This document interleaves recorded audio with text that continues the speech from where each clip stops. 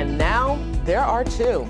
After months of will he or won't he speculation and weeks of behind-the-scenes campaigning, Dutchess County Executive Marc Molinaro officially launched his bid for governor early last month in hopes of unseating Governor Cuomo. With a blessing from his party, Molinaro may become the first Republican elected to the position since George Pataki in 2002. He now joins actress Cynthia Nixon as the second candidate to want to unseat Andrew Cuomo. And he may have a somewhat unlikely advantage, and his small-town roots may have something to do with it.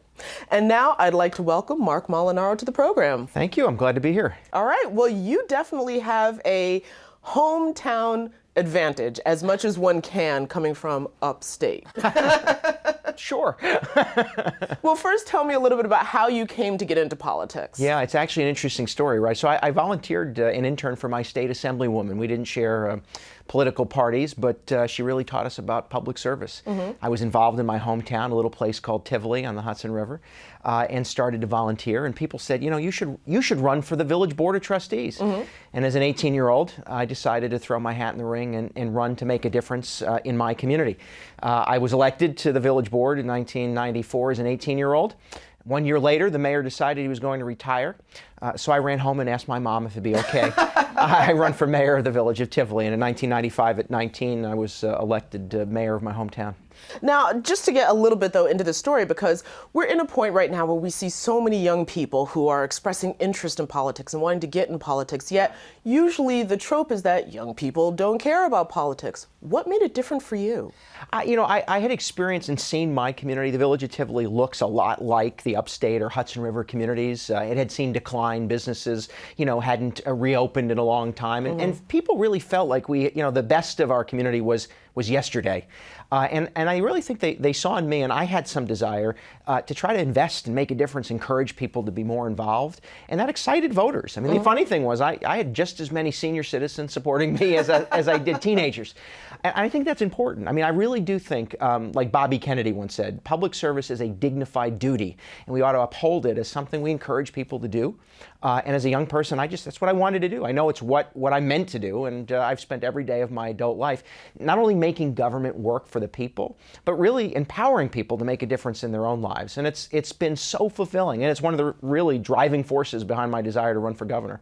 Well, actually, I want to pick up on one of the points you just made, which was the quote from Bobby Kennedy, government is a dignified duty. I think when most people, unfortunately right now, when they think of government at the city, at the state, and at the federal level, they do not think of dignity. Yeah.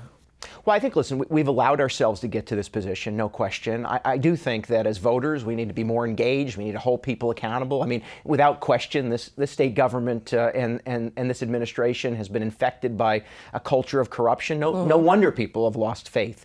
I think that public officials, and I'm not perfect, but I try to hold myself to the highest standard, or my mother might come back and my mom might not let me run for office anymore.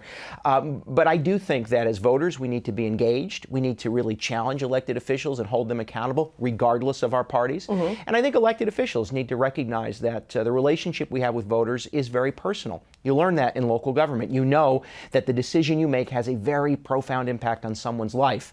And in many ways, especially at the local level, people just want problems solved.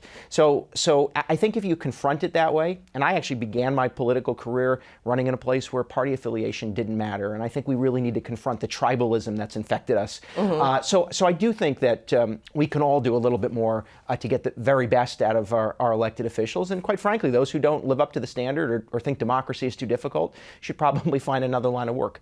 Wow, those are pretty powerful words. But so I'm now wondering, how do you take that message to a place like Albany, which, I mean, corruption and Albany have gone hand in hand since it stopped being Fort Orange, for God's sake. Well, the funny thing is, for me, I think that too many in New York have sort of gotten used to this culture of corruption, so they don't often challenge it, and they just accept that's the way it is.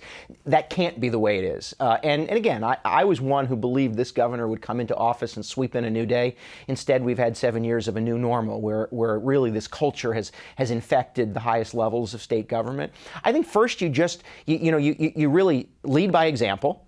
But then you also empower people. I mean, what's happened in Albany is that fewer and fewer people are involved in decision making. So, of course, the fewer that have power, the more corrupted they can be. And we've seen it. We've seen it on trial these last few months, and we're going to see it on trial the next few months. All right, well then, one of the last things that I do want to ask you in this part of our interview is, with this season that we've got right now, where we've got so many people who are taking to the streets and trying to make their voices heard, is there a way that you, as a Republican, because so many of them are protesting on the left, but is there a way that you, as a Republican, can harness some of that energy and be the leader for those people to bring them to the polls? Here's my promise to anyone. I will listen. I will listen. And we have been infected by politicians who run to the press conference or stand in front of a camera and don't spend much time listening to the people, whether they're a part of the protest or not. And I would just tell you, I get disappointed with this governor who rushes really to the scene, but doesn't spend enough time listening and interacting. I will never take someone's support for granted.